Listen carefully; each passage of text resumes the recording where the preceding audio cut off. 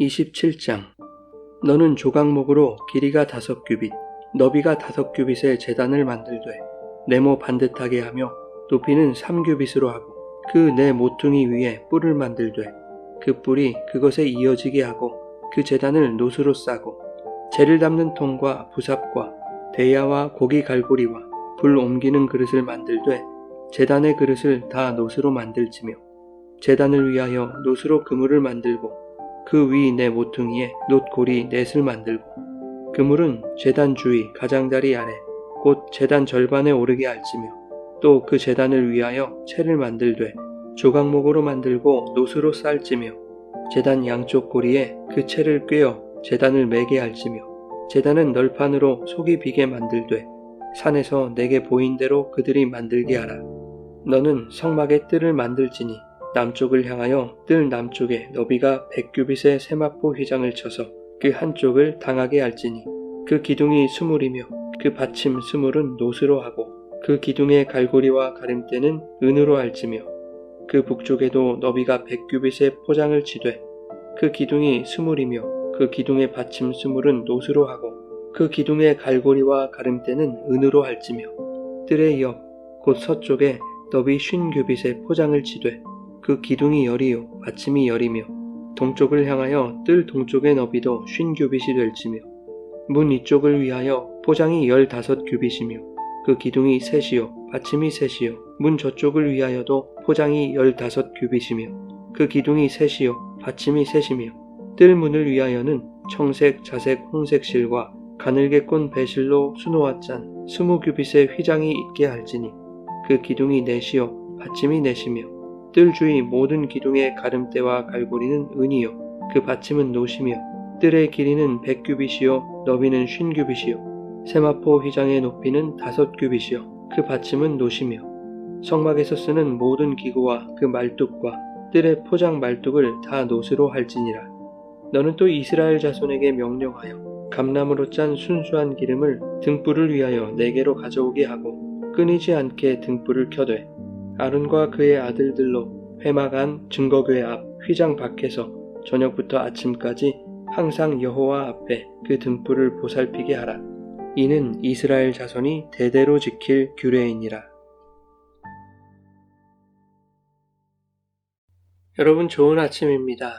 오늘도 말씀의 은혜가 여러분의 삶에 풍성히 임하기를 소망합니다. 27장은 제단과 성막의 뜰 그리고 등불 관리에 대한 지침입니다. 성막에 들어오면 가장 먼저 볼 수 있는 것이 바로 제단입니다. 백성은 성막에 들어올 때 번제물을 가져와야 했는데 이 제단에서 그 제물을 태워 하나님께 번제로 드렸습니다. 제단은 가로 세로가 2.3m로 동일했고 높이가 약 1.4m 정도로 암소나 숫소 같은 큰 제물을 담기에 충분한 크기였습니다. 제단은 조각목으로 만들어서 노수로 입혔고 무엇보다 8절에서는 하나님이 모세에게 산에서 보이신 대로 만들어야 된다라고 강조하셨습니다. 재를 담는 통과 부삽과 대야 그리고 고기 갈고리와 불 옮기는 그릇 등 제단에 관련된 기구들은 모두 노수로 만들거나 조각목으로 만들어서 놋을 입히라고 말씀하고 있습니다. 그런데 25장에서는 성소와 지성소의 기구들은 순금으로 만들거나 조각목으로 만들어서 순금으로 싸도록 했습니다. 26장에서는 회막의 널판을 지지하는 받침은 은받침을 사용하게 했죠. 오늘 본문에서는 제단과 관련한 기구들에는 놋을 사용하도록 하고 있습니다. 이것은 금과 은과 놋이 상징하는 바가 다르기 때문입니다. 금은 하나님의 영광을 상징합니다. 그래서 거룩한 지성소와 회막 안의 기구들은 금을 사용하여 만들도록 한 것이죠. 그런가 하면 은은 속죄와 구속을 의미합니다. 회막의 널판을 은받침으로 지지한 것은 구속하신 그리스도의 반석 위에 교회가 세워졌음을 의미하는 것이죠. 놋은 심판을 의미합니다. 그래서 놋 제단에서 이스라엘의 죄가 전가된 희생제물이 태워지므로 모든 죄가 심판받고 이스라엘은 생명을 얻는 것이죠. 제단이 태우는 곳이라고 해서 모든 것을 소멸한다는 의미만 있는 것은 아닙니다. 제단은 백성들이 소나 양이나 염소 고기를 얻는 유일한 원천이기도 했습니다. 그래서 학자들은 3절에 있는 이 고기 갈고리, 즉 포크라는 표현이 백성들에게 고기가 공급되는 것과 관련이 있다고 말하기도 합니다. 이처럼 하나님은 제단에서 희생제물에게 전가된 이스라엘의 죄를 태워서 이스라엘을 용서하시고 또한 제단에서 양질의 고기를 나누어 주심으로 이스라엘을 먹여 살리시는 것이죠. 9절부터는 성막의 뜰에 대한 지침입니다. 성막 뜰의 둘레는 북쪽과 남쪽이 각각 100규빗, 서쪽과 동쪽은 각각 50규빗이었고 60개의 기둥이 5규빗 간격으로 세워져서 세마포 휘장으로 둘러졌습니다.